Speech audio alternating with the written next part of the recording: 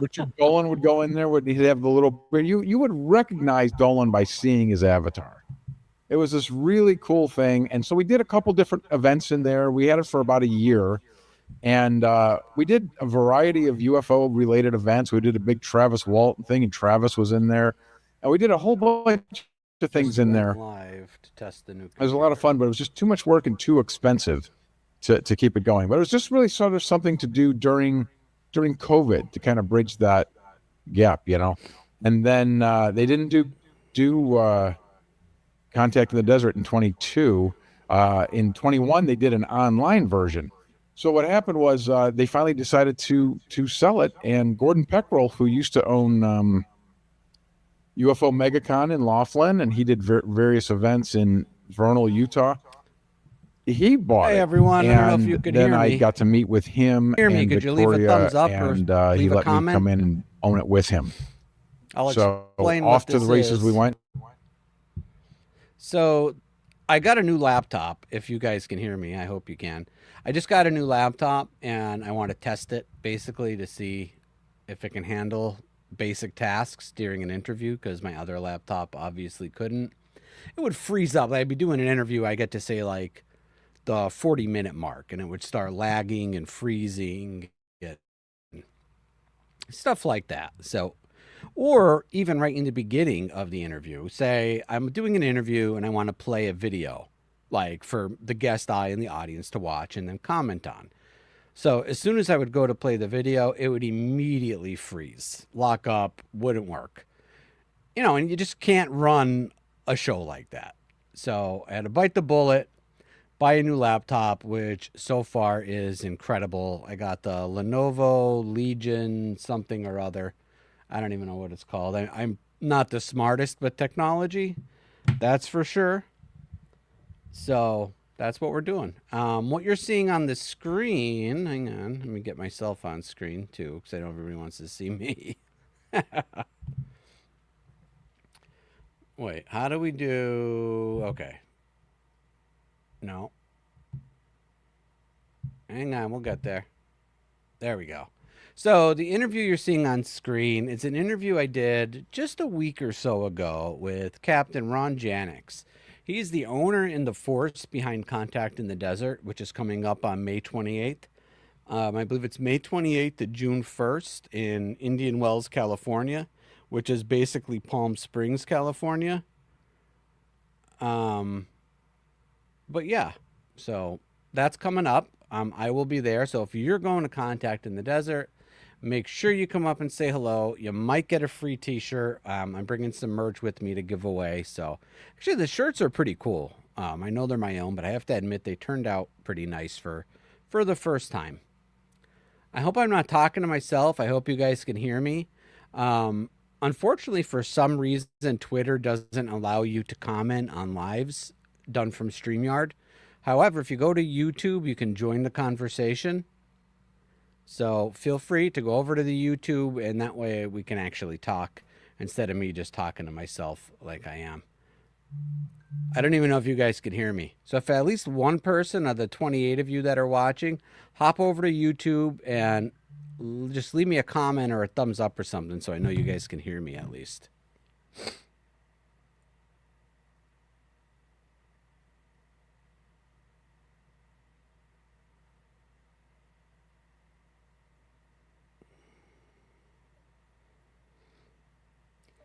I have to drive my daughter to West Virginia in the morning.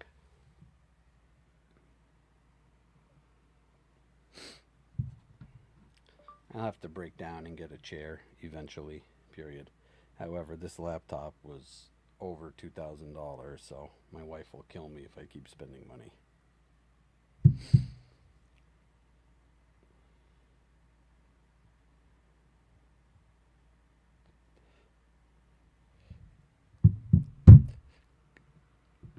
Still waiting for the comment, so if somebody can leave a comment. Let me know that you can hear me. If you're watching from Twitter, for some reason Twitter doesn't let you comment. You could only comment from YouTube.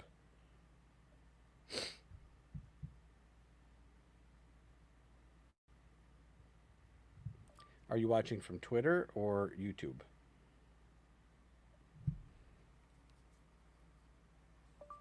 That's weird. YouTube won't let you comment?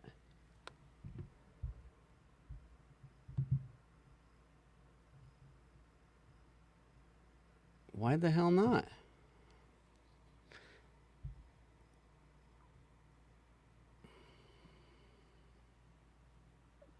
No, I don't even see any emojis or anything.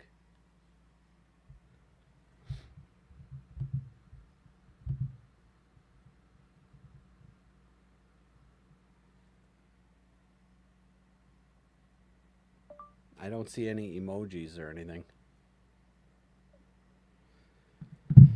Oh, God. Nothing could ever go smooth. I don't know. Somebody's telling me that you can't comment on YouTube either. I have no idea why. It's weird. It says live chat, but there's no chat bar to type in. Try going out and coming back in. Let me know if that works, if you would be so kind.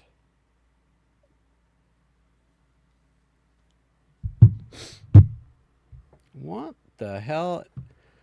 I would ask somebody to help if you know why nobody can comment, but you can't comment to tell me.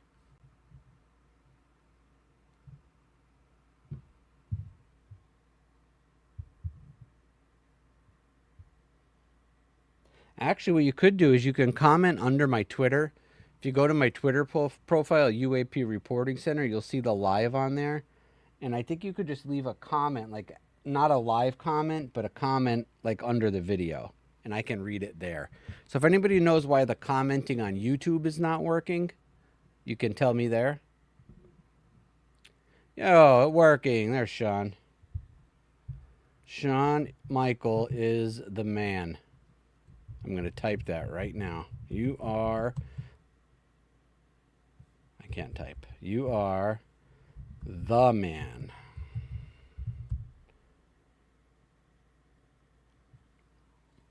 He is. He is. You are indeed, Sean.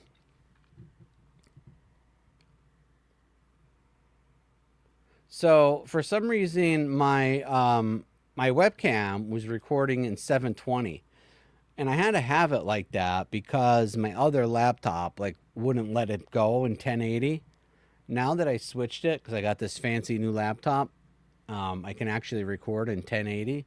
And just looking at it, like, it looks so much better. I was wondering in other videos, like why I would look so like, I don't know what the word for it is, like not like other people's videos, like not as good, let's say. Yeah, even Sean. Yeah, it is. It looks way better, doesn't it? I look like it actually looks good now because I can actually record in 1080p. I'm like so happy I got this laptop. I can play videos like now. Like before, if I was doing an interview with somebody and I would want to play a video during the interview, it would freeze immediately. I didn't know how gross you looked until... You're a dick. So what I was playing, let's start it over. This is the interview I did with Ron Janix. He is the owner and actually like the force behind Contact in the Desert, which is coming up in just a few weeks, May 28th to June 1st in Indian Wells, California, which is basically Palm Springs. So I'm definitely looking forward to that. I will be there covering it as much as I can. If you see me there, come and say hello. You may get a free t-shirt. I'll have some merch that I'm going to be giving out. So feel free to come up and let's talk some aliens. Let's have a drink together. Let's just have some fun. So make sure you go. If you see me there, come say hello. The interview I'm about to play, this is with the owner and the absolute force behind Contact in the Desert. Back to the beginning. All right, let's play it. He is the driving force and producer behind the world's largest gathering of whistleblowers, enthusiasts, and anybody who's really into the mysterious and strange We literally work all year. That's how much work it is. It's 72 speakers in from all over the world. It's herding cats. At least one time a year where everybody in this community can be under one roof. You're going to be in seventh heaven. You're not going to want to sleep. This year's theme is Infinite Realms. We have the whole resort. So basically, for 4 days, 100% people involved in Contact in the Desert. It's a serious scientific academic conference, but other than that, it's a giant party. I've heard people describe it as the Woodstock of the UFO community. If you can get to Indian Wells, California, May 28th to June 1st, try to get there. Trailer is pretty good, right? I have a fantastic editor. I don't want to say his name Countdown because he's is busy on. enough. In just a few but weeks, the global if you're UAP watching, community you're will doing a descend on the fantastic job. California Like, look how desert killer this for the is. largest disclosure event of the year. But before the absolute first pro. speaker takes the stage at the Renaissance Sean, I would make a Esmeralda on May handsome lady. I 28th agree. in Indian Wells, California, we're going to be talking to one of the main forces behind Contact in the Desert. We're going to see what it takes to produce and just put on the keystone event that Contact in the Desert is. So I'm Joe yeah. Look at the Biscotto. difference This is in video Beyond Top from then till Secret, now, presented from by the UAP 780 to the- Reporting or Center. 720 to And 1080. today is a man Like, who's the become a difference is staple in the incredible. UAP community. And he's done that by Like, bridging what the a gap difference. I'm between so, high-level so research happy I and did public this. engagement. Veteran podcaster, he's a board member of the Hollywood Disclosure Alliance. And most notably, editor he is is the driving unbelievable. force and producer behind the world's Sean, as largest long as you have gathering me of on as a guest. whistleblowers, enthusiasts, and anybody who's really into the mysterious and strange. You should. I'll We're share your talking about channel, none even though other you're than trying to rip Contact me in the off. Desert. So please welcome the host of Rip-off Beyond artist. Contact on iHeartRadio and the Coast to Coast Radio Network, and the man at the helm of the desert's most editor is anticipated event of the year, Captain Ron Janix. Ron, how are you, sir? Doing great, Joe. We're getting busy. We're about a month out now. I can't imagine what goes into putting on an event of this matter. I was basically saying, Sean, if you start the UAP reboarding zone, as long as you have me on as a guest, I'll support you ripping off my channel. I'd be fine. And I would make a very handsome lady. I agree. Magnitude. We And I was literally saying- work all year. We take And I was saying how incredible my editor is. the rest of June off, but we start in July planning for the following year. That's how much work it is. It genuinely is. I've my producer. The difference between how I look in this video that you're watching versus how I look now on the new camera is just mind-bogglingly incredible. Like, the difference is so, like, look at the difference from that video that we're watching to now. And I don't even have like the best webcam or the best lighting, anything like that, but the picture is just so more crisp and clear and like warm, whatever word I'm looking for. Yeah, it is a big difference for sure. Definitely happy. I even went to Five Below and got some lights, some LED lights that I'm gonna try to like put behind me, so for some ambiance. So I have to drive to West Virginia tomorrow to take my daughter to college. She has to go take her last final. And then when I get back, maybe over the weekend, I'll try to set those lights up and see if they don't look too shitty. Sean, I was always a Penn State fan my entire life, which I still love Penn State, but I'm now a West Virginia Mountaineer fan. And we're going to have a good team this year, I think. We got Rich Rod back as second year back as head coach. We had a killer recruiting class. Stole a bunch of recruits from Penn State that switched over to West Virginia. So I think we're going to have a pretty decent year. So you were saying I'm going to set the... Yes, Sean, you are going to set the... Yeah, you know what? That's a great idea. Sean, come over this weekend and we'll try to, like, let me get, they're right here. If I have to get more, I'll go get more, but I just bought these, like, as a test. I got this thing. Figure like I'll put them on the bookshelf behind me or on the desk next to the computer. So I got that. I got this. Like they come with remotes, you can switch colors and shit. And I think I got one other thing. Yep. And I got this, like the strip lighting that you can cut. So Sean, come over this weekend if you would, and we'll see if we can get these set up. We'll see if we can make it look half decent. And I can always go get more if we need more.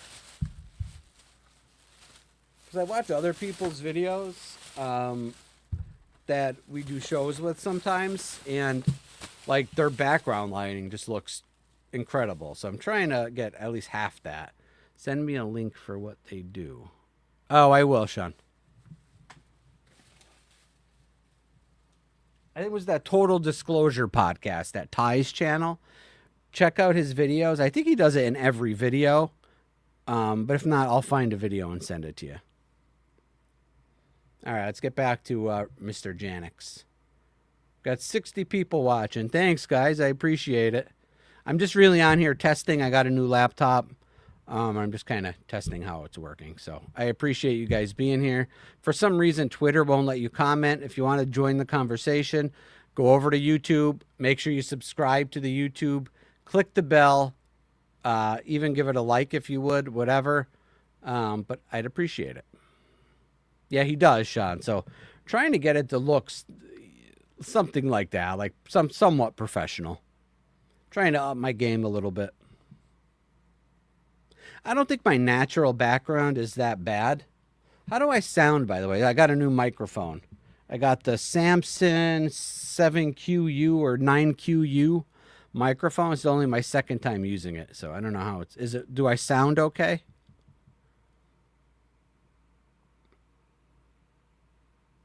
Damn straight, John. That's what we're going for. We're trendsetters.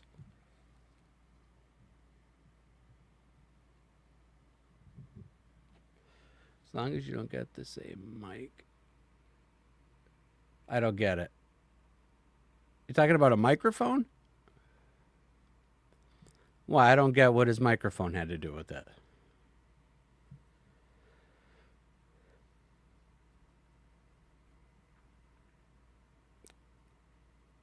God, I love this laptop. I never thought I'd be so excited over a laptop, but if you were dealing with the shitty HP laptop I had, the processor just could not handle like basic shit. Yeah, the one conspiracy theory is they put an exploding microphone. Yeah, I wouldn't doubt it. Who the hell knows? All right, let's play the video. From friend Bree, we start working in earnest in July, and by August we're off and running, and there's stuff to do, coming up with the theme. You know what we're going to do Saturday, guys? Saturday night, I'll announce a time. I interviewed James Fox about 3 weeks ago or so, where he revealed brand new evidence on the Varginha case. He broke it live on my YouTube channel. So maybe let's do Saturday. I'll probably around like 9 o'clock or so, but I'll announce the time and we'll watch the interview together. So whoever wants to come, make sure you subscribe to the YouTube so you don't miss it. But Saturday night, we'll do a watch along on James Fox's, the interview I did with James Fox. Coming up with the speaker list, whittling that down. Do we want to do something different? Just keeping an eye on things. There's always stuff to work on with this. Yeah, I'm sure between everybody that wants to be a speaker, you only have so many speaker slots, getting the location locked down, the food, drinks, the logistics must be just unimagimagible. We're flying 72 speakers in from all over the world. I mean, it's herding cats. So, that's just the nature of this, bringing these people together. And then once we're there, it's great because everybody's like, okay, we're all in the same space, Absolutely. So, Ron, for those who may not know who you are, maybe tell the audience who you are and kind of how did you get involved with Contact in the Desert? Well, I have been podcasting, as you mentioned beforehand, with Tony Sweet on Truth Be Told since I think it was 2013 when we got that going in earnest. And that just sort of grew. And then in 2015 was when I discovered Contact in the Desert. I actually found a flyer for it, and I'd never heard of it, even though I was doing a podcast for a few years in this area. For whatever reason, I had never heard of Contact in the Desert. And I saw this flyer that had all these A-list guys on it, and I thought to myself, my God, I have to go to this. And it was when it was still out in the desert. It was at Joshua Tree National Park, literally in the desert. People were camping, it was like Burning Man almost. And I went out there by myself and I went to it and it was unbelievable. It was a game changer for me. It was so incredible to see all these people together and getting to interact with these guys and meet these guys and hear the latest research. So that got me all excited about Contact. And eventually I got to know the owners and I kind of became involved a little bit. And I kind of would do some introductions and hosting and stuff for them and kind of introduce some of the speakers that were upcoming for the season on the podcast. So I kind of became involved in that way. And I was just like a super fan of it. And then COVID happened. And obviously that was terrible and they didn't have it that year. So Lori Moriarty and I created this online version of Contact in the Desert. Basically, we came up with something called the Observation Deck. And it was this online version basically of Contact in the Desert. We had multiple rooms. We had a big arena.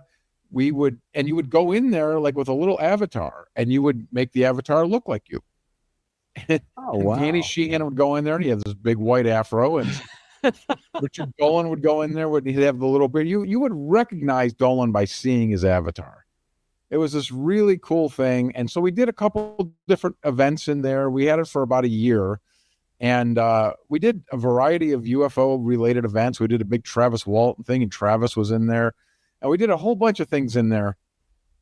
It was a lot of fun, but it was just too much work and too expensive to keep it going. But it was just really sort of something to do during COVID to kind of bridge that gap, And then they didn't do Contact in the Desert in 22.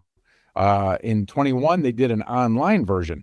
So what happened was they finally decided to sell it, and Gordon Peckrell, who used to own UFO MegaCon in Laughlin, and he did various events in Vernal, Utah, he bought it. And then I got to meet with him and Victoria, and he let me come in and own it with him. So off to the races we went in 22, and we've done 4 of these, and it's just fantastic. And it's been going great. It's growing every year. It's really, we take it very seriously. We work very hard at it. We try to make it the best possible event it can. We put everything right back into the show, and it's grown into this monster, and we love it. Yeah, this will be my first year, and I cannot tell you how excited I am to go.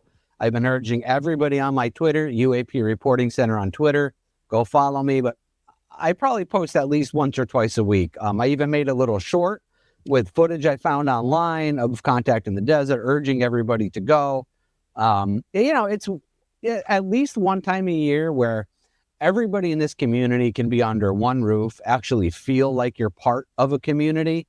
Very much so. Yeah, and meet the people you talk to on Twitter all year long or wherever you talk, or on Reddit or whatever the case may be. But 100%. And you get to meet the speakers and you get to interact with them and you meet other people from all over the world. We had people from Belgium and Stockholm and Beijing all over last year. So it's incredible. And people, leave politics and nonsense at the door, and we just keep this curious vibe. And I always like to say that people don't use their phones like they normally do because they're actually engaged in these conversations. You're going to love it, Joe. You're going to be in seventh heaven. You're not going to want to sleep. And there's always something to do. There's something going on pretty much round the clock. I just can't wait. I just got back. I went to vacation. My wife and I went to Mexico. It's a beautiful resort. Don't tell my wife, and I'm 10 times more excited about coming to Contact in the Desert and just kind of being with our people for a few days and talking UFOs to people who don't look at me funny, That's another unique thing about this event, Joe, is a lot of these other conferences and other events I've gone to, sometimes they're just like a part of a big thing, like it's at a casino or it's at another thing. We have the whole resort. So basically for 4 days, Thursday, technically we're not, but it pretty much is. But the other 4 days is 100% people involved in Contact in the Desert. So whether you're in line to get food, you're you're checking in, you're checking out. That person's involved with Contact in the Desert, so you just can talk to everybody, and it makes it a very unique experience as well, because we're all kind of there for the same reason. So you're kind of among your people. It's very unique. Yeah, I would bet probably some of the best conversations, the whole thing probably happened at the bar. That's the God's honest truth. Yes. Yeah. Because a lot of people, especially if you're a professional writer or speaker, you may not want to say things on stage that you might say at the bar, for example, as you said. Exactly right. So this year's theme is Infinite Realms. And I find that interesting. We're seeing a lot of even the speakers who are speaking this year focusing on the kind of the intersection between consciousness and reality. As the founder and lead investigator for UAP Reporting Center, I'm seeing more and more and more like nuts and bolts researchers actually starting to look at the interdimensional angle of things, the consciousness angle of things. And was that shift intentional for this year's programming? 100%. This sort of came to me in July, and then we have our big annual meeting down in Mexico, and I sort of pitched it to everybody, and we all kind of built on it. It just feels like you said, 10 years ago, this felt very much nuts and bolts, and it's really spread out from there. But I was also just thinking about how there does seem to be all these other things that people talk about, these realms, if you will, the realms of the afterlife realm, even the quantum realm in our world. There's the quantum world now that people talk about. And there's, psychedelics, DMT, the DMT realm. In throughout history, there's the realm of the jinn, the spirit world. You could even say the simulation hypothesis it takes place in this realm.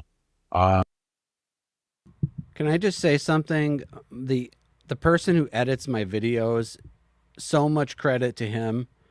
You are doing a fantastic job if you're watching this. I'm just super thankful and super impressed. The Hill is something that these kids, the autistic savant children, claim they go to this place and they talk to one another on the Hill. That's this realm. Where are all these realms, The ultra-terrestrial realm, the collective unconscious, the dream realm. There's just so many different little realms. Now, who knows? Are these all the same? Or maybe they're the Venn diagram and they all overlap a little bit and then they kind of touch ours. We don't know. But it seems like that's a fun angle to take a look at this and what's happening in these other realms, and how can we find out, and how do they touch our world, and that kind of a thing. So that this is a realm, the 3D reality that we're in right now. Yeah, I think you're absolutely spot on with your timing and having it this year. Just speaking for myself, I was always kind of a nuts and bolts sort of guy. They're coming from another planet. It was just the last maybe 2 years that my mind has really opened up, where I think that also might be a part of it, and it probably is at some point. But I think it's hard to deny that there is something to the consciousness part of this. And even if 10% of it is spot on, that's all you need. All you need is one instance of this to happen for it to prove that it's real. And two things can be true, Joe. I think you're right. I think it could be both. I think there could be interplanetary things happening as well as interdimensional things happening, or these other realms, people coming here. But like yourself, I was very much of that school as well. And because I always thought that didn't require magic, because that's the thing that loses people. Like even mainstream religion requires these magical things and going to heaven and dying and resurrect, these things that are not possible, that are magic, if you will. And people are devout believing in that, but they don't believe in aliens. The alien thing doesn't require anything but time and technology to me. Why couldn't there be another intelligent life that Apple computers 10,000 years from now could build a ship to travel that far? No magic, no, nothing, just technology, just advanced understanding of the physical world. So to me, that was like an easy leap that could be possible, because they they could be 9 billion years ahead of us, you know? So why couldn't they maybe have had more time and been able to develop some technology? So I thought that was always the thing. But it does seem to be either both or it is that they're traveling interdimensionally or from one of these other realms. There definitely seems to be something to this. So I thought it was a good idea to try to explore that. So a lot of our speakers touch on these things too, which is really interesting. Yeah, I'm looking forward to the speaker list for sure. I actually interviewed Walter Bosley a few weeks ago, Great. one of the speakers. Oh my God, I could listen to that guy talk for probably 24 hours straight. Just absolutely fascinating for the people who are watching. If you're going to Contact in the Desert, check out when Walter Bosley speaks. You'll be fascinated. No spoilers, but go listen to him talk, because what a storyteller. And between that and his background as a Air Force Office of Special Investigations agent and so much work with the government, that he's a legit serious player who's got a hell of a story to tell. He does, and it shows you how easy it is. Like, it's not like this disinformation campaign has to be this, we're going to put out this whole new story. It was interesting to me how he says it's just a little nudge. They just want to control the narrative a little bit their way. So you just get someone to believe a little bit more likely this way. Like, it's just a nudge. And then people run with it, and it's easier than we would at face value think. And I found that fascinating. Yeah, I completely agree. And I think the internet has made the government's job so much easier, because they put a little bit of disinformation or whatever, and people run with it, and then the truth just gets lost in the crowd. I think that's by design, and it's all lost in the shuffle. And it's very unfortunate, because it makes everything we're all trying to do here that much more difficult, because it's hard to know what's real.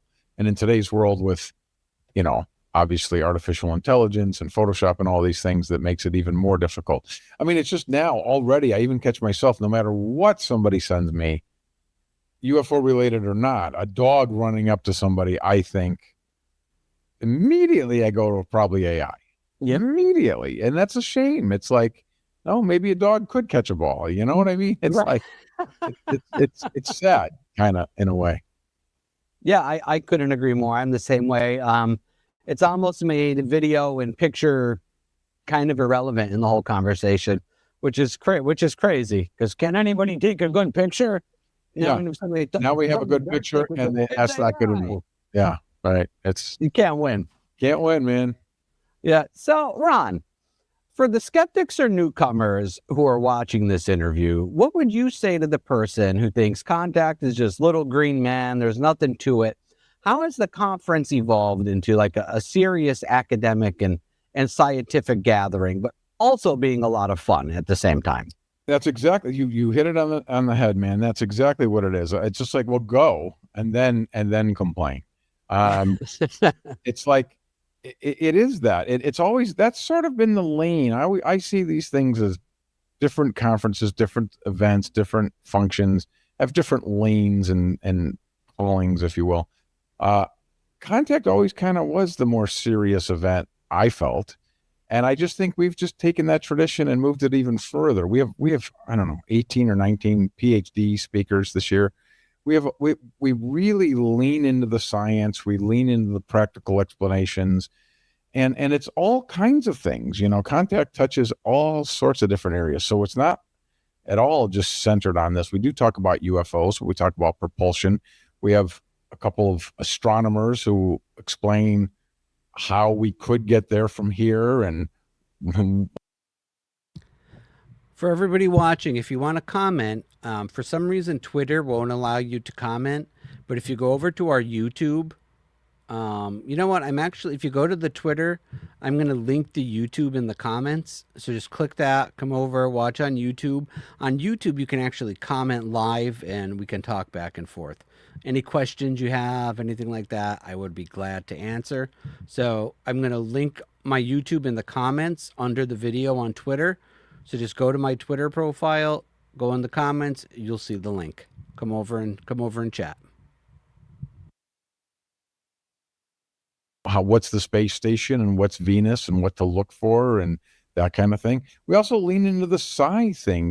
Dr. Diane Hennessy Powell is, to me, just remarkable and doing an incredible job of getting this out. How telepathy's, at least with these savant children, completely real. It's absolutely amazing. And Dahlia will be there. Dahlia Bourgeon does demonstrations, and it's incredible. And people can do the Mind Site. We have a lot of Mind Site demonstrations, and we have little workshops where you can learn to do it yourself. Gordon and I have taken a couple of these classes. It's remarkable what you can do. We were amazed because we figured these two idiots can't do anything. And we could to some degree do this stuff already just in a few days of trying it. It's remarkable. So there's a lot of real things going on, and there's real military whistleblowers, and having a chance to talk to different people with different schools of thought on these things, I think is very valuable. So it's not at all the silliness that I think some people think it might be. It's not.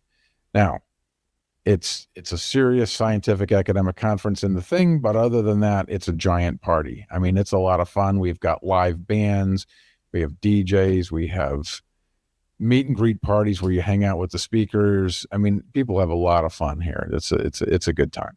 I've heard people describe it as the Woodstock of the UFO community. Yeah, I've heard that too. We hear that. It's a big carnival. We have 7 stages going. You got to decide what you want to do at every given time of day. We also have like 6 different movies. We're playing 4 brand new world premiere movies this year. We're really kind of leaning into the movies too. They've had several different filmmakers that have come out recently with really remarkable things. And Caroline Corey has a movie called Superhuman 2, which she'll premiere at Contact, and it's going to lean into these psi abilities too. And we have people that were in her film there that will talk about how they were able to test these things. And that's what we love. They're not just doing the Mind Site. They're putting sensors on people's eyelids and showing that there's zero darkness, and they're in total darkness doing this, and they're still able to see and perceive things around them. It's really remarkable stuff.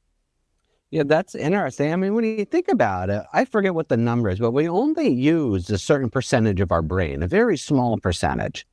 What is the rest of it there for if we're not using it?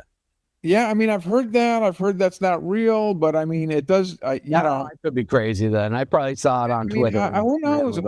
I always think that, it wouldn't be there if we weren't using it. And there's a reason for it. It's even like when they say, oh, that's just junk DNA. I just don't think that there's. So how does that mean? Base that's junk DNA. I think it wouldn't be there if it was junk. We just don't know what it is yet, but that's the way we explain things in the world until we understand them. Then it's like, oh, well, no, that's this. So I think eventually we'll know what junk DNA is. And there's probably some purpose for that too. I agree. I mean, the human body is basically the perfect organism. There's nothing inside of us that's not needed. Nothing. It all serves its purpose. Why would they waste? Yeah, exactly. So is there any kind of sky watches that happen or anything like that? 100%. On Friday night, you can actually take a bus and go out into the desert with Ben Hansen and Mark D'Antonio, and they will. You're true darkness when you're out in the desert because there's no city lights there, and you can really see the sky. It's incredible depending where you're coming from.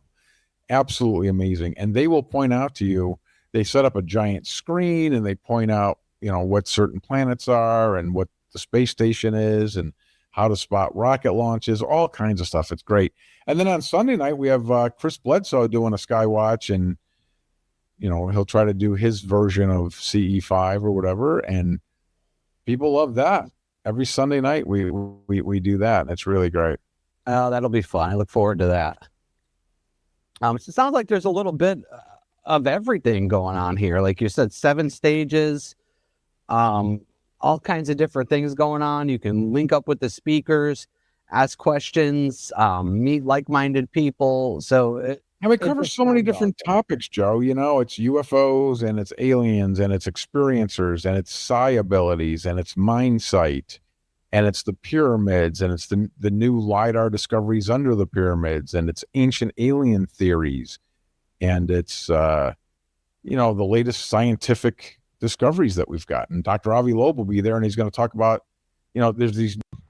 For those just joining us, you're watching an interview I did about a week ago with the owner and the force behind the upcoming Contact in the Desert, coming up on May 28th in Indian Wells, California at the Renaissance Esmeralda Resort. It's an absolute beautiful resort in Indian Wells.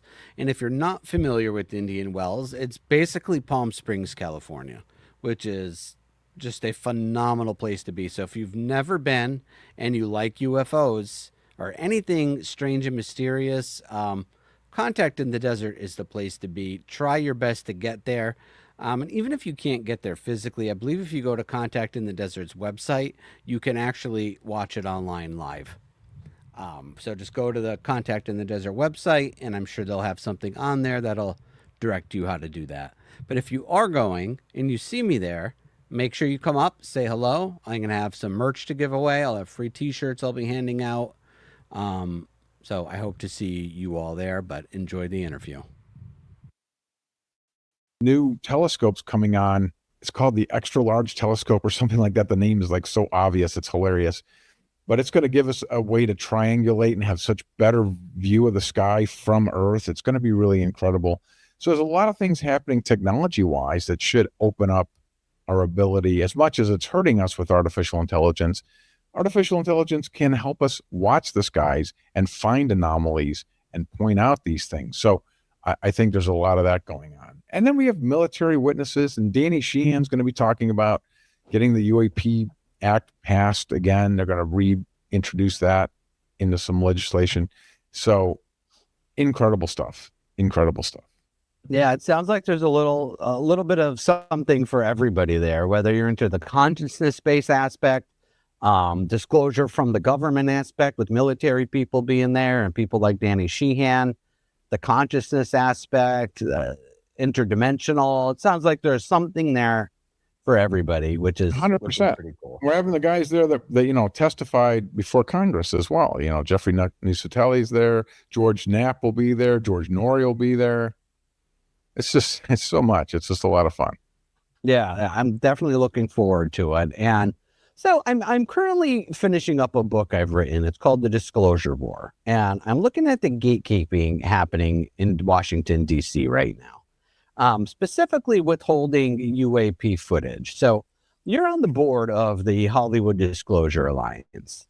Do you think the great reveal is going to happen through a government press release, or are we going to maybe see it through independent media in events like yours? I'm of the school. Now, Steve Bassett, the founding member of the Hollywood Disclosure Alliance with Dan Harari, they think, Steve certainly, that disclosure is coming from the president's office. Big D disclosure is going to happen, and it's going to happen imminently. I am not of that school of thought. I don't think that's going to happen in my lifetime, sadly. I love that we're getting a lot more attention to this. I love that they're getting these videos out. I love that there's about a dozen Congress people now who take this topic very seriously and are genuinely pushing to get more information out. It is my belief that this information, we're asking the wrong people, the people that really hold this information, depending what we do have, which I do think there is something that we have. They're buried in this black budget special access program that is covered up. They're not asking them. They're asking Aero and these front-facing things. And then those agencies can honestly say, yeah, we looked. We've got a few pilots that saw a few lights here. You can have it. Right. And they say we don't have anything else. And I don't think they're lying. I think that is what they have. And I think that's all that those guys have. The real, heart of the matter, you're not getting them. You're not going to get to them. And even if you get some of this request, they're not going to give it up. I don't see any reason to do that. So I don't think that's going to happen. Yeah, I agree. There's a reason that the committee doesn't have subpoena power. They're never going to get the right people, like you were just But you wouldn't even know who to subpoena if you could. All of this is so convoluted. I talk to these guys and they're like, well, I can't, it's so frustrating when we hear them testify in Congress. It's like the greatest thing. And then every good question, they're like, I can't talk about it here. I'll tell you in SCIF. Right. And then you find out they can't tell them in a SCIF because the guy asking the question's not read into that program. He doesn't have the classification to hear the answer. Right. So And even though if he's he saying does, in the they skiff, can't talk about it because they heard it in the skiff. And then you hear these guys like Lukatsky and people have talked to Knapp who say it is in your classification that you can lie to Congress. This is above top secret or whatever, however they call it. So they're not going to say it. And the guy asking the question is not allowed to know about it. So it's a whole convoluted thing. So unless we get somebody from that inner core legacy program that really wants to come out, great. I thought Age of Disclosure was fantastic. All those guys are kind of on the fringe of it, and they have a little bit of knowledge, and that's awesome. And them coming forward is amazing, and it's moving the needle, and it's wonderful. The real dirt's buried, and I don't think they're ready to give it up. I completely agree. Until somebody comes out and rips up their non-disclosure agreement, right, and has the goods, has photos or documents or whatever, yeah, we're always going to have more questions than we have answers. Agreed. Yeah, absolutely. So maybe some of the lesser known speakers. Is there anybody you recommend people check out that are speaking this year? Well, we didn't talk about Diana Pasulka. Great instance. Yeah, I mean, she's fantastic. I don't know. I don't even know if I'd call her lesser known, but you know, she's not in some of these things. She's not out there all the time, but she's got some really incredible work, and she looks at these things. You know, a favorite of mine is Dr. Thomas Campbell. Do you know him? No, I don't think I'm familiar. Well, here's the title of his big book. It's My Big Toe. And I was like, what? And then it's My Big Theory of Everything. And I'm like, oh, Got you. And he's a physicist, and it's basically the simulation theory, but the way he frames it, it's a lot more palatable, and it was understanding for me to grasp it, because I always thought that just kind of meant, you know, we're in some hard drive of an alien or whatever. It's not that at all. He just explains it that it's a closed system with a set of rules. Data comes in, data comes out. This is how it works, and things get rendered. And you know, he's got an answer for everything, and it's really, really incredible stuff. So I think Tom Campbell is a real hidden gem. If you guys don't know who that is, that's somebody definitely to check out. Caroline Corey has done really amazing stuff. She has really began in the last 5 or 10 years, leaning into science even more. Her movies, Superhuman and Superhuman 2 coming out. She's got scientists. She wants to get this scientifically validated. She did another film where she brought film crew to film UFOs over Catalina Island, and she had all kinds of equipment. They were measuring temperature, degrees of movement, lights, all these things. And I think she's doing a really great job. So that's fantastic. The actor Thomas Jane is an incredible wealth of knowledge on these topics. He's a great speaker. He knows all the folklore. He knows all the different schools of thought up and down. He's awesome. Anthony Peake is another guy that's awesome. Do you know Deep Prasad? No.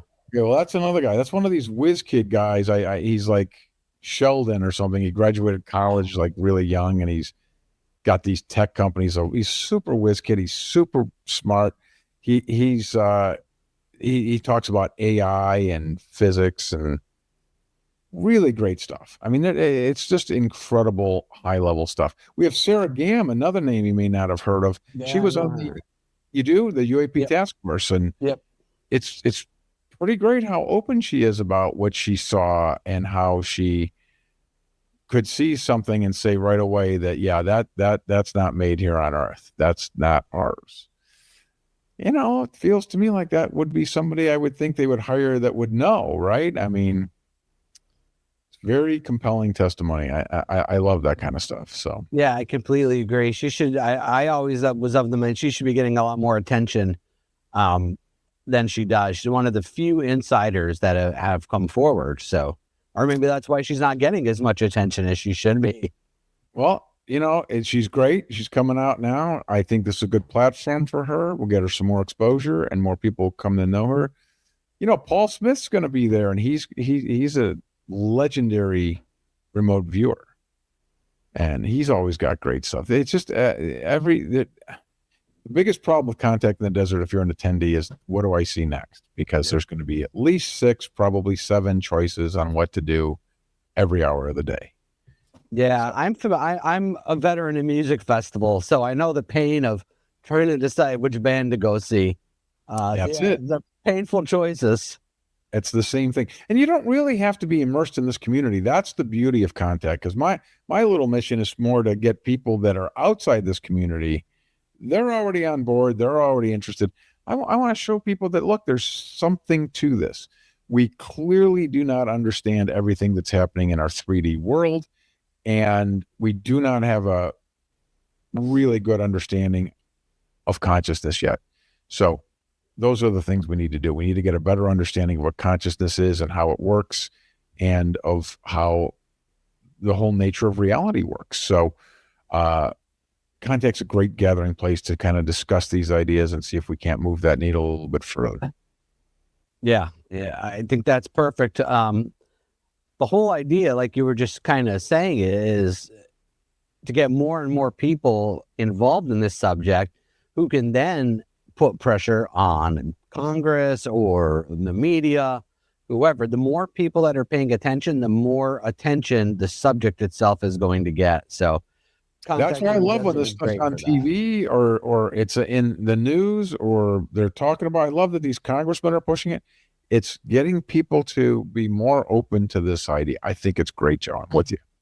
Yeah, and we've made more progress in the last few years, I think, than we have in the last 80, as far as the issue becoming mainstream and being on the news, like you just said, and hearings in Congress. And this last decade dominates the last 70 years. This last 10 has really changed things, no doubt about it. Yeah, I always wish Art Bell was around to see it. His shows would have been a fire right now. Oh, for sure. Absolutely. Well, we do have George Noory and Coast to Coast. They're still going strong, which is wonderful. Yeah. And George does a fantastic job. No doubt about that. He's doing a George and George panel. We're going to get George Noory and George Knapp together again talking, which is great. These are 2 legendary guys, and it's just really fun having them banter. You're not going to see that anywhere else. Legendary guys, man. It's great. Yeah, no doubt about it. Can I ask, what got you interested in UFOs in the first place? Was there any kind of...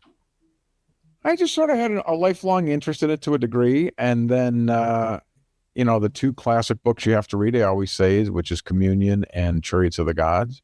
I read those back in the day, and I thought, gosh, there's something to this. I don't know why this isn't on regular TV. Why isn't this in the news? Why is nobody talking about this? So I've always had that interest started from there. And then once I got involved with Truth Be Told, I went all in on this. So it's been about 13 years or so.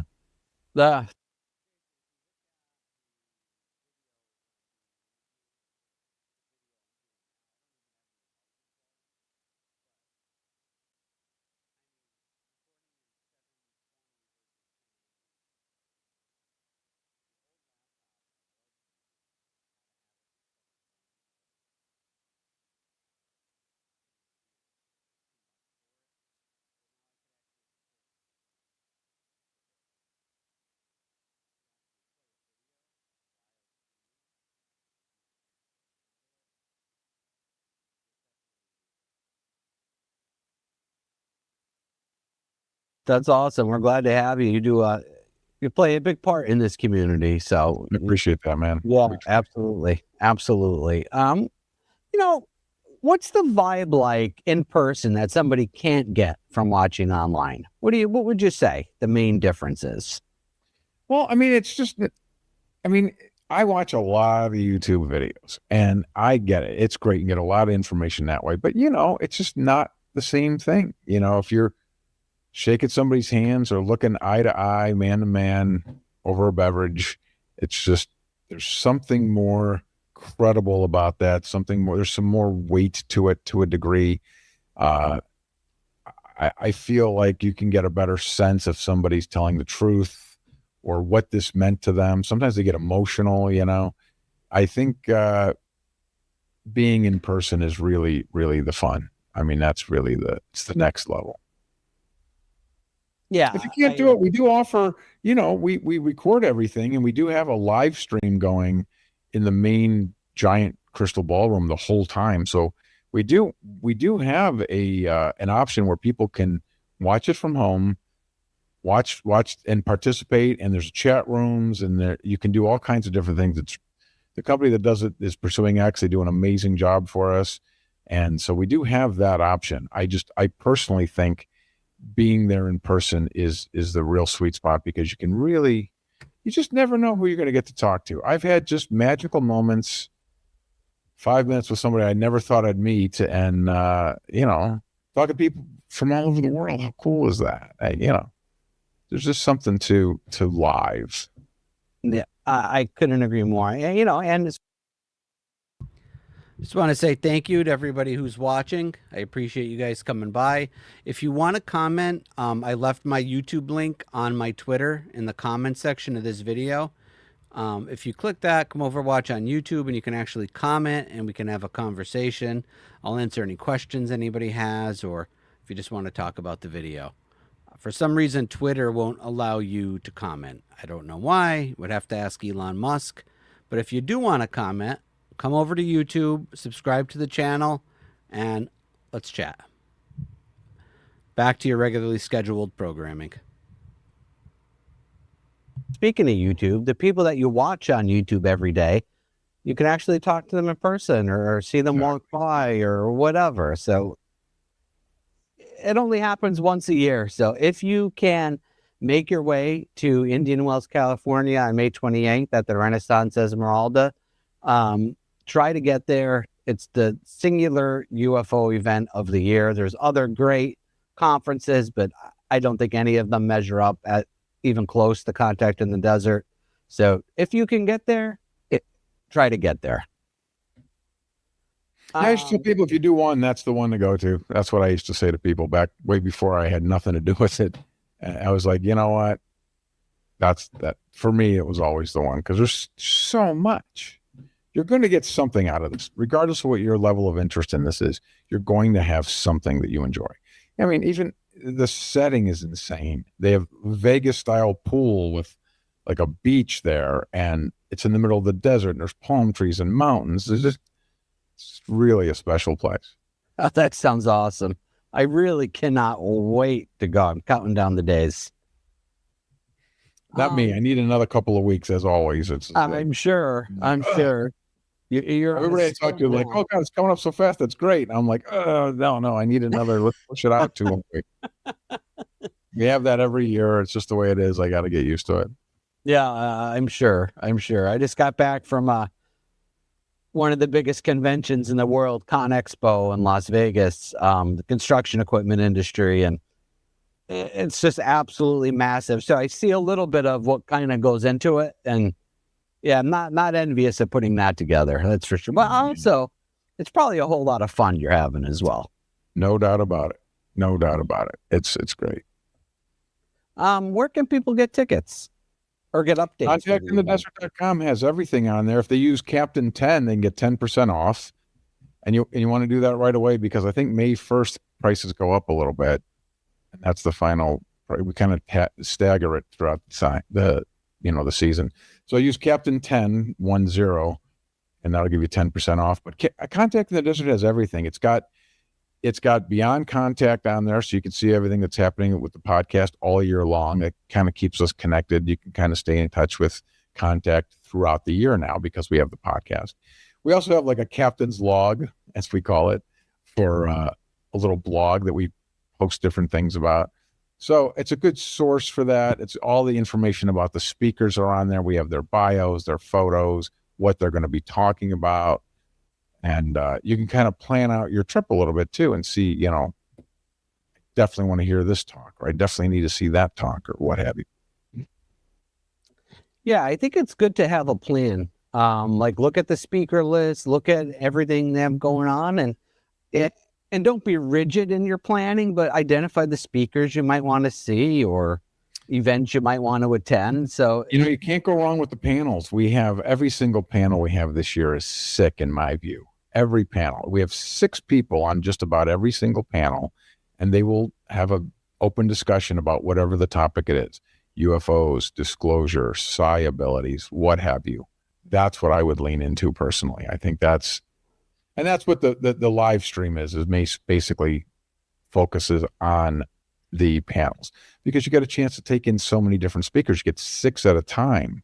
So you got 6 guys talking about the same thing and from their vantage point. I think that's always been the most fascinating to me, to hear how these guys relate to one another and how they see things slightly differently or sometimes the same. And you start seeing patterns, and you start seeing, it's a great way to have them exchange ideas and talk about these things.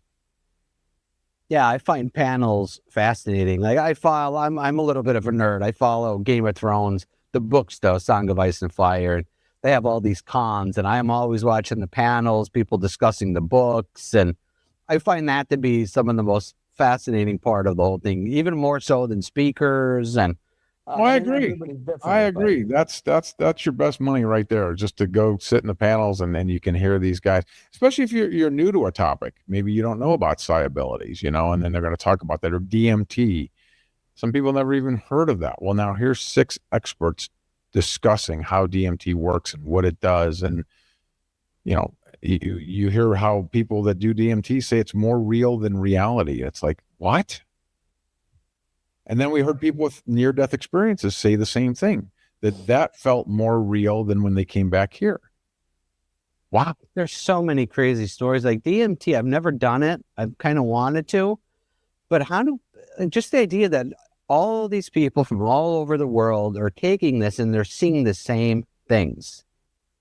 Yeah. Ayahuasca certainly does that, where you have somebody on the other side of the world and they talk to somebody that did it over here, and they're like, yeah, well, when you walked in and you went to the left, there was the snake woman or whatever. What? How is that possible? Right. And the machine elves with DMT. Yes, exactly. There has to be something to that. There's all kind, and then Danny Goler's this guy who's been studying DMT. And they now, there's people who can, when they're on DMT, they shine a laser on the wall and people are able to see a code in the laser, in the light. And it's something about, because you're in this digital space. It's fascinating stuff. It's really out there. It's incredible. And I think, 100 years from now, we're going to have a lot better understanding of a lot of these things, and that'll be fascinating. But in the meantime, I think let's get as close as we can to learning as much as we can about this stuff. What's life all about, right? This is the human experience. I think learning about these things is about as exciting of a thing we can do with our human experience that there is. Yeah, I couldn't agree more. Now, I wish the government took that more seriously as well, as far as DMT and ayahuasca. And maybe they are, and we just don't know it. But I think there's so much potential there to unlock what the brain or the mind or consciousness really is. I agree. I just think everything moves glacially, Joe. It's like they're going to pass this psychedelic thing to help people with PTSD and other things right now. That's about to pass literally today or tomorrow. They're passing that, which is great. They've taken cannabis off of a Schedule I drug, which is great. So these things just move glacially. It's very slow, but eventually it is progress. It's progress. We're moving in the right direction, just slowly. I feel that way about all of these things. Academia is very slow to change their mind and the way they viewed things. But, these people that we are talking about, are on the cutting edge of what's going to change our belief system. I agree. You can even go to human history with that. Like archaeologists and stuff are so rigid in our history and when humanity began and who built the pyramids, and that it takes so much for them to go back and say, okay, maybe we were wrong. They don't want to ever say that. And it's horrible. Exactly. I don't know why that's such a big deal, but that is the answer right there. And we eventually, again, at a glacial pace, we do see that happen. And Joe, it always goes back further, right? It used to be we were 100,000 years, then we were 150. Now it's 200,000, 210, 220. You know, it always we're older. And then, you know, Göbekli Tepe and these other things were 13,000 years old. Wow, we did build stone structures 13,000 years ago. Right. Incredible. So, like, you know, it's hard to date these things, but it's incredible as we keep uncovering more and more. I wish I could flash forward about 400 years and see what we know. You know? Oh my God. Hey, maybe, who knows? Maybe we'll be able to see it from wherever we are. I certainly hope so. And that's certainly in the Michael Newton school of thought, and a lot of the near-death experiencers would tell you that you can. Right. And I know there's something out there. I've only ever had one strange experience in my life, but it was enough to know for a fact, beyond a shadow of a doubt, there's something more. A friend, I'll just make it real quick, but a friend of mine and myself, one night we were bored. So we went to this old abandoned tuberculosis hospital that shut down decades ago. It's in the middle of a mountain. It's just a couple of shells of buildings and a fence. So we go, we're in this room, we do the old, oh, if there's anybody here, give us this, that whole thing, you know?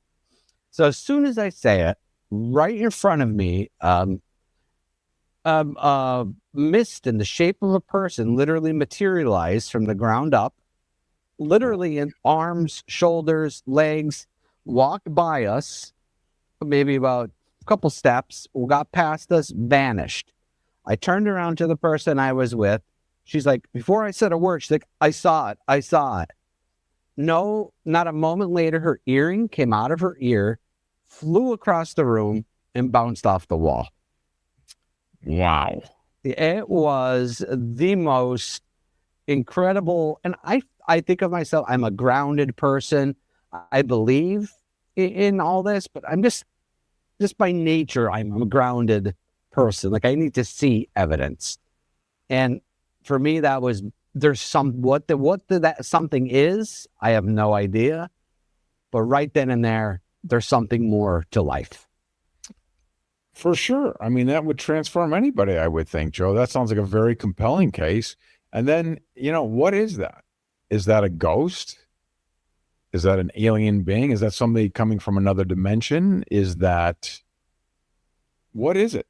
You know, what realm is that coming from? And how does it interact with ours? And, you know, that's the whole question, right? What do you do? Yeah. It's remarkable to me how often, even people that are not into the subject matter at all, how often they will have at least one thing. I used to say this all the time, but it's 100% true today, because inevitably I end up talking to people about this kind of stuff. And if they have no interest in it, they tell me, yeah, no, it's not my thing. I swear to God, 7 out of 10 times it'll happen where they go, you know, there was this one time my dad and I were on a boat and this light came, and they have their story. You know, it's remarkable how more often than not, everybody I meet has a story. One. Even if it's a light, or it's, look at yours as like, I don't know, what do you call that? A ghost? Maybe, or some sort of thing. That's a pretty compelling story, and I bet you were pretty scared at the time. I would have been. And then actually we walked out, and there was so it was all like the whole place is surrounded by this big tall chain link fence. We walk out, and they're over to the side along the fence in these tall weeds. There was this big pile of like old busted TVs and this like metal stuff. And it started shaking, like loud, like rumbling and shaking. And at that point, we got the hell out of there. But yeah, it was pretty scary. But what was it? Well, you know, and are they? How do you sleep that night, Joe? Oh my God, it was terrifying. Honest to God, it was terrifying. Yeah, I don't want to have that kind of experience, to be honest. People always say, like, yeah, do you want to see an alien, or would you go in? No, I have no interest in that. No. It scared the shit out of you. I wouldn't mind. I'd love to see like a ship with like at Contact or something where there's 100 people there or 1,000 people, and it came into view and it took off. It doesn't mean it's alien, but I would like to see that because I think that would be a cool experience. But I do not want to wake up to a mantis-looking beast standing there. I have shadow no people in your bedroom. No, no, no. No interest in that. I went to an it's experience scary. thing recently, and they were recounting their stories like that. And every one of them, I was like, "Oh my god, I do." If I wake up and see that at the end of the bed, I'm jumping out the window. I'm not ready for this. So, I used to think, God, if I'm surrounded by this talk all the time, maybe that'll open me up to this, which is what people will say to you. And I'm like, no, I hope not. Right. I'm not ready for that. I'm still conflicted about that. Like I want to, like the summoning. I want to believe it, and I'm That's coming a light in more the sky, Joe. I'm talking about you waking up with a 9-foot mantis being. Oh, leaning my over you in God. bed. Are you fine with that, Joe? Oh my God. No, I'd be absolutely terrified. Yeah. I probably wouldn't be able to move a muscle. I'd be so terrified. Which is what they say happens, that you become, sleep paralysis kind of a experience where you're frozen there, which is even worse. Did that ever happen to you? No, I've never had anything. Thank God I've never had anything like that. It happened to me one time in my life. I was in bed with my wife and I was awake. Like I was awake. I couldn't open my eyes. I couldn't move. I was trying with every ounce of my being to like tap my wife to wake me up. Couldn't move. No matter how hard I tried, I couldn't move a finger. Couldn't move. It probably lasted maybe a minute. But why would that only happen once in your life? Like if that was going to happen, you think it'd be like a pattern. Is there something more to it? You would think. We don't know a lot about that phenomenon yet. What caused it? Could you have eaten something that reacted to your system? Could you have inadvertently taken? Who knows? Who knows? We don't know. But Right. Or it could have been a paranormal in nature. We don't know. Maybe there was a spirit coming by, or maybe there was. All of these things we're dealing with are unknowns, of course. So it's so hard to say. But I do think it's our calling to find out. And who wouldn't be interested in knowing these things? Like I'm curious as to what the heck that could have been that you saw. I mean, it took a human form. Well, why is that? I don't know. It's interesting. Yeah, and there's no doubt it was there. It walked, it moved, it had shoulders, it had legs. It was like translucent, but like a mist almost. But it was incredible. And I think that's a great plug for Contact in the Desert because, like we were just saying, we all do want to know more about the great mysteries of our universe and the great mysteries of our planet, the great mysteries of consciousness. And there's going to be experts, or as much as you can be an expert on these mysterious topics at Contact in the Desert. So if you do want to know more, Contact is the place to be at. 100%. And again, if you're into this community, you're already in seventh heaven because you know all these people. And if you're not, this is a great way to get a cursory overview of all of that. In just 5 days, you can get such a better understanding of all of these different disciplines. That's where it's really great to me. Many of us that are knee deep in this community know these people, know these topics, and it's of course awesome for us. But if you're not familiar with these people, it's great to kind of get a sense of, these are what the military guys are saying.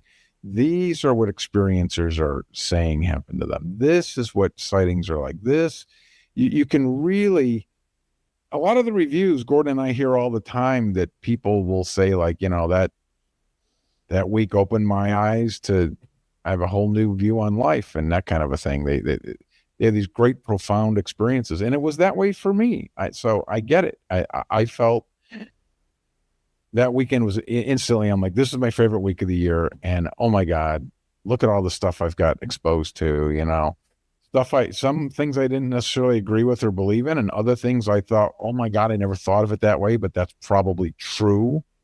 And then it kind of gets you to go down these rabbit holes and you get an interest in one of these areas or whatever, or maybe it reflects back on something that happened to you 20 years ago, or maybe somebody else, like your story, you're going to run into somebody at Contact that has, I saw a mist being when I was here or there, and it's going to be like, oh, well, what do you think it was? And maybe they've got some interesting ideas.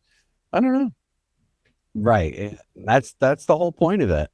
It's, if nothing else, it's fun. At the end of the day, it's fun. I mean, Absolutely. I think it's really, really interesting, and it gets the mind going. And I think that's what it's all about. Hey, we're talking about the live stream. Where can people go to watch the live stream? Is it free? Do you pay a fee? How does that work? No, we contracted out with Pursuing X. It's available on our website, contactinthedesert.com. You can go under the buy tickets, and then there's a thing to buy replays. So you can, afterwards, you can buy like all of it, and you can basically experience all, I think there's 126 presentations that we do in 5 days, 126 or something like that. But you can participate live, and it's like buying a ticket to the event, but you buy a ticket for the online event. And then you can go into a space, and you can watch on the big, the big screen in the Crystal Ballroom, which is our panel room.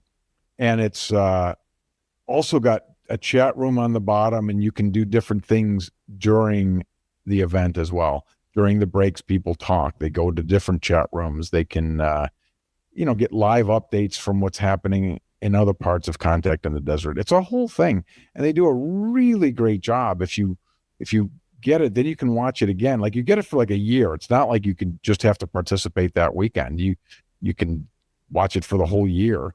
And then also you can go later and watch some of the replays, depending what package you get. You can watch replays.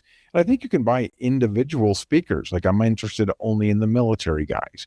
I'm interested in the government guys. I'm interested in the psi abilities. I'm interested in learning how to do MindSight. You can purchase these individual things, and then you kind of get a sense of that. So it's a really great thing. It's done very well. It's a great resource. Again, I'm always a fan of doing these things live because there's this human connection that's so great. But if you can't make it, or you can't do it, or you for whatever reason, what a great backup. And and there still is a community sense there, because again, a lot of people participate in the chat, and there's people from all over the world doing it. I have no idea how they find out about us. We just do a little bit of advertising, and we have our social, and we have the podcast. But we have people from Beijing and people from Belgium and people from Pakistan in the chat room. Yeah, I'm watching from Pakistan live. What? I think that's awesome. One of the highlights, could you see that on screen?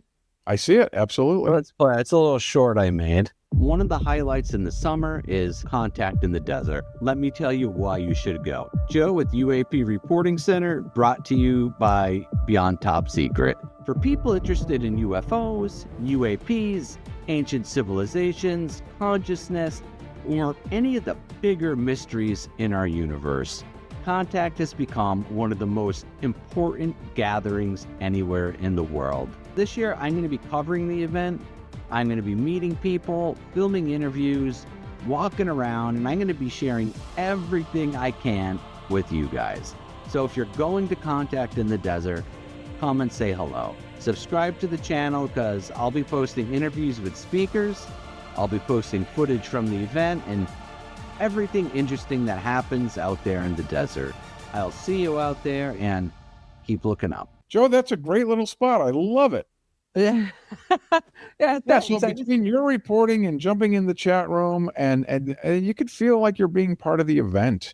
And I think that's really wonderful. I do think the online thing is a great addition. We've only started that a couple of years ago, and I think it's a nice addition for people who can't make it there. You can really kind of still learn about all these things and feel part of it. It really is valuable.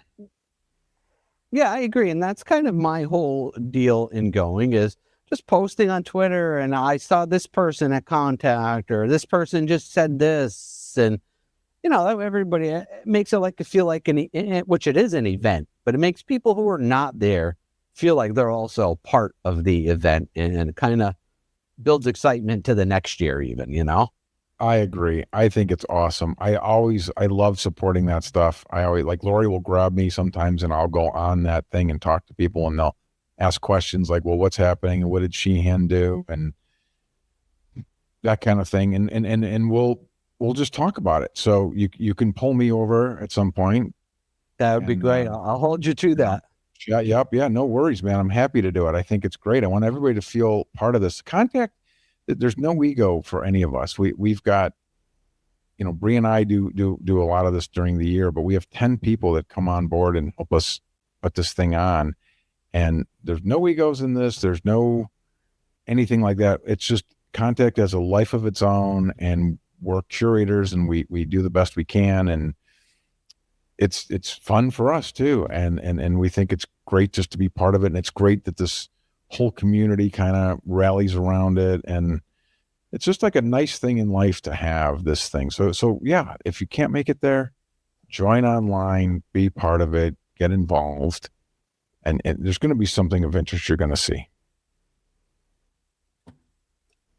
That says it all. I could not agree more. Anybody that can physically get there and that has the means to get there, get there. For people that are part of this community, we talk about this stuff all year long. This is the one chance for everybody to be under one roof, to have a party for a couple days, talk to each other, learn some stuff, and just have a lot of fun. So if you can get to Indian Wells, California, May 28th to June 1st, try to get there. It's well worth We it. think of it sometimes like it's almost like an annual banquet in this community. Like, what's the latest thing Dolan's written? What's the latest thing this guy's working on? What's the latest news out of Washington? Are we going to get more hearings? Who would know more about that than Danny Sheehan? Who would know more about Dr. Eric Davis is going to be there, for God's sakes.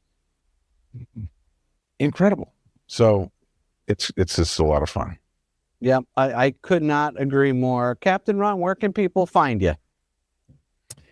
You can basically get me at contactinthedesert.com too. I have a whole thing on there. They have the Beyond Contact podcast and all of our social media links and stuff for the show. So you can always get in touch with us that way, right on there.